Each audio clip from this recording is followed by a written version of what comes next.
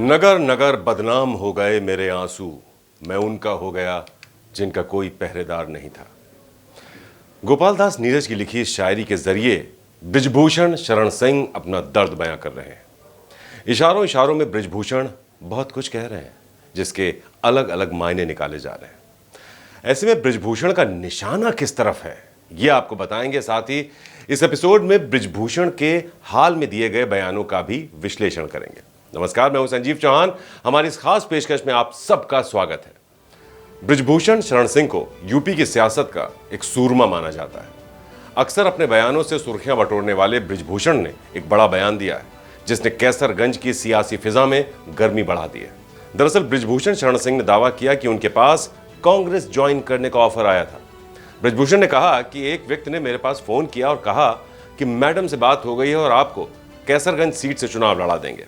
लेकिन एक बड़े नेता का मैसेज मेरे पास आया था, बल्कि मैंने सवाल भी किया कि क्या आप सब हमारे खून माफ हो गए? तो उन्होंने कहा कि नहीं, बात हो गई है। अब हम आपको क्यों बताएं कौन सी इसका आया था, तो आप उसके पास जाएंगे। बृजभूषण का बयान तब आया है जब उनका बेटा बीजेपी के टिकट पर चुनाव लड़ रहा है। इस बयान के जरिए बृजभूषण ये बताने की कोशिश कर रहे हैं कि वो बीजेपी के लिए कितने वफादार हैं। बृजभूषण के बेटे को टिकट मिलने के पहले यह कहा जा रहा था कि बीजेपी बृजभूषण को यौन शोषण के आरोपों के बाद इस बार टिकट नहीं देगी। जब इस तरह की खबरें सामने आई तो बृजभूषण शरण सिंह ने कहा, बीजेपी में कौन काटेगा मेरा टिकट। इस बयान पर खूब बवाल भी हुआ था। बीजेपी जैसी अनुशासित पार्टी में ऐसा बयान सिर्फ बृजभूषण शरण सिंह ही दे सकते हैं, वरना बीजेपी में पार्टी पर बयान देने वालों के पर कतरने में देर नहीं लगती और बड़बोले नेताओं को किनारे लगा दिया जाता है। कोई बड़बोला बर्दाश्त नहीं किया जाता बीजेपी में। बृजभूषण सिंह पर महिला पहलवानों ने यौन शोषण के आरोप लगाए। गोंडा से लेकर दिल्ली तक खूब हंगामा हुआ। महिला पहलवानों ने बृजभूषण के खिलाफ मोर्चा खोल दिया। दिल्ली के जंतर मंतर पर कई दिनों तक पहलवानों ने बृजभूषण के खिलाफ प्रदर्शन किया। मामला खबरों से निकलकर कोर्ट तक जा पहुंचा। मामला बढ़ता देख देश के गृह मंत्री को बीच में आना पड़ा, लेकिन उसके बाद भी बृजभूषण का बाल भी बांका नहीं हुआ। तो आप सोच रहे होंगे कि बीजेपी की ऐसी क्या मजबूरी थी कि इतने हंगामे के बाद भी बृजभूषण का बीजेपी बचाव करती रही। दरअसल बृजभूषण बीजेपी के लिए जरूरी भी हैं और मौजूदा हालात में मजबूरी भी है। पहले जरूरी क्यों है ये आपको बताते हैं। दरअसल बृजभूषण उन नेताओं में शुमार हैं जो ना तो पार्टी सिंबल के भरोसे हैं, ना ही उनको पार्टी के संगठन का सहारा चाहिए। बृजभूषण कैसरगंज और उसके आसपास की सीटों पर अपना जबरदस्त प्रभाव रखते हैं। उनके पास जमीन पर काम करने के लिए अपने लोग हैं, जिनके चलते उन्हें सिंबल और संगठन दोनों की उतनी जरूरत नहीं है जितनी किसी और नेता को होती है। बृजभूषण राजनीति के वो पहलवान हैं जो इस बार अखाड़े में तो नहीं है। लोकसभा दरअसल उनके लिए अखाड़े की ही तरह था, जिसमें वो इस बार नहीं पहुंच पाए। खैर, बृजभूषण कभी किसी सरकार में मंत्री नहीं रहे, लेकिन उनका रुतबा किसी मंत्री से कभी कम भी नहीं रहा। उस दौर में बृजभूषण ने बीजेपी को जीत दिलाई जब यूपी की सियासी जमीन बीजेपी के लिए उपजाऊ भी नहीं थी। मायावती और मुलायम के आगे बीजेपी पस्त होती नजर आती थी और गिने चुने चेहरे ही बीजेपी के टिकट पर जीत कर आते थे। लेकिन इस बार राजनीति का ये पहलवान अदालत के चक्कर काट रहा है, लेकिन चुनाव न लड़ते हुए भी हौसला किसी खिलाड़ी जैसा ही है जिसे जीत की आस है। इसलिए बृजभूषण कैसरगंज की जनता के बीच जाकर कह रहे हैं कि न तो मैं बूढ़ा हुआ हूं न रिटायर हुआ हूं, अब तो मैं छुट्टा सांड हो गया हूं। आप लोगों की समस्याएं देख रहा हूं, अब दोगुनी ताकत के साथ काम करूंगा। मुझसे लड़कर कोई जीत नहीं पाएगा। ना बूढ़ा हुआ हो न रिटायर हुआ हो, ना बूढ़ा हुआ हो न रिटायर हुआ हो।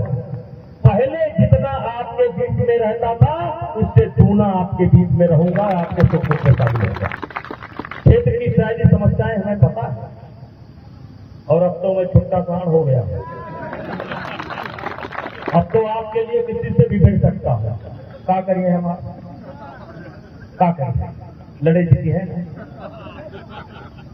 और हमसे ज्यादा मने भी ढूंढ लगे नहीं है। तो जरूरत पड़ेगी तो आपके लिए लड़ाई लड़ूंगा। बृजभूषण यही नहीं रुके। उन्होंने कहा कि मेरे पास मैन पावर है, मुझे कोर्ट पर भरोसा है, मेरा केस खत्म हो जाएगा। ये सब झूठे आरोप हैं। जिस दिन केस खत्म होगा उसी दिन मैं इन सब के खिलाफ मानहानि का मुकदमा करूंगा और ये सब गोंडा की कचहरी आएंगे और गिड़गिड़ाते हुए माफी मांगेंगे। वहीं पहलवानों के आरोपों पर बृजभूषण ने कहा कि 500 किलोमीटर दूर बैठे ऐसे ऐसे लोग जिनसे मेरा कोई लेना देना नहीं है, ऐसे लोग मेरा विरोध कर रहे हैं। इनको मैं अपने पास से 1.5 लाख रुपए महीने दिया करता था। वो मेरा विरोध इसलिए कर रहे हैं क्योंकि मैं कमजोरों का साथी हूं। अपने इन बयानों के जरिए बृजभूषण कैसरगंज की जनता को इस बात का एहसास करा रहे थे कि उनके साथ षड्यंत्र हुआ है। वहीं खुद से सवाल करते हुए बृजभूषण ने चुनावी मंच से कहा, कितना झेलोगे बृजभूषण? तुम प्रियंका गांधी के निशाने पर हो, ममता बनर्जी के निशाने पर हो, अरविंद केजरीवाल के निशाने पर हो। साथ ही धन्य महोबा के पानी है जे के बकरी बाघ भी आए, यानी धन्य है यहां का पानी जहां बकरी भी बाघ को पैदा करती है। आपको बता दें कि लगातार 30 साल से संसद में रहे बृजभूषण शरण सिंह इस बार लोकसभा का चुनाव नहीं लड़ रहे हैं। बीजेपी ने उनका टिकट काटकर बृजभूषण के बेटे करण भूषण सिंह को कैसरगंज से अपना उम्मीदवार बनाया है। बीजेपी ने बेटे को टिकट देकर जैसे तैसे उन्हें मना तो लिया, मगर उनके टूटे दिल से जो तराने निकल रहे हैं वो इशारों में बहुत कुछ कह रहे हैं। आपको बताते हैं कि बीजेपी के लिए 2024 में बृजभूषण मजबूरी क्यों है। दरअसल बृजभूषण की गिनती देश के बड़े क्षत्रिय नेताओं में होती है और जिस तरह से देश भर में क्षत्रिय समाज बीजेपी का विरोध कर रहा है, उसके चलते बीजेपी बैकफुट पर है। पहले ही बहुत सारा पानी बह चुका है, लिहाजा बीजेपी ने बृजभूषण को टिकट नहीं दिया। उनका टिकट जरूर काटा, लेकिन बेटे को टिकट देकर होने वाले नुकसान की भरपाई भी लगे हाथ कर दी। कहा जा रहा था कि बृजभूषण नहीं चाहते थे कि उनकी जगह कोई और चुनाव लड़े और वो लगातार चुनाव लड़ने की जिद कर रहे थे। और बीजेपी की ओर से बृजभूषण को मनाने का जिम्मा खुद अमित शाह ने संभाला और उन्हीं के कहने पर बृजभूषण अपने बेटे के नाम पर राजी हुए। तो कुल मिलाकर बीजेपी को बृजभूषण को मनाने में पसीने छूट गए। बीच बीच में खबरें ये भी आईं कि बृजभूषण सपा के संपर्क में हैं और बीजेपी से टिकट न मिलने पर सपा की ओर से चुनाव लड़ सकते हैं, लेकिन ऐसा नहीं हुआ। अब बृजभूषण कह रहे हैं कि कांग्रेस की ओर से उनको ऑफर मिला था, यानी बृजभूषण बता रहे हैं कि उनकी कितनी डिमांड है। साथ ही कैसरगंज लोकसभा सीट के जातीय समीकरण की बात करें तो ये सीट ब्राह्मण बाहुल्य सीट है। यहाँ करीब 20% ब्राह्मण, 18% दलित आबादी है। राजपूत वोटरों की तादाद करीब 10% है, तो वहीं 12% यादव, 9% निषाद और करीब 7% कुर्मी वोटर है। इन आंकड़ों से यह साफ है कि ये बृजभूषण का जनाधार ही है, जिसकी वजह से वो बाकी जातियों के वोटों से चुनाव जीतते रहे हैं। बहरहाल दबदबा था, दबदबा है और दबदबा रहेगा की बात करने वाले बृजभूषण को अगर बीजेपी टिकट देती तो ये संदेश जाता कि पार्टी महिला पहलवानों का सम्मान नहीं कर रही है। साथ ही विपक्ष को बीजेपी के खिलाफ एक मुद्दा भी मिल जाता। वहीं बीजेपी ने बृजभूषण के बेटे को टिकट देकर बृजभूषण को बागी होने से बचा लिया, जिसका कई सीटों पर बीजेपी को नुकसान हो सकता था। ऐसे में बृजभूषण के बेटे करण भूषण सिंह की कैसरगंज में जीत होती है या हार, ये भी देखना दिलचस्प होगा। तो फिलहाल हमारी इस खास पेशकश में इतना ही। आपसे फिर होगी मुलाकात, तब तक के लिए दीजिए इजाजत। नमस्कार। यूपी की हर खबर देखने और उनसे अपडेट रहने के लिए हमारे चैनल श्रेष्ठ यूपी को सब्सक्राइब और लाइक करें। साथ ही बेल आइकन को दबाना ना भूलें, जिससे हमारे हर वीडियो की जानकारी आप तक पहुंचती रहे।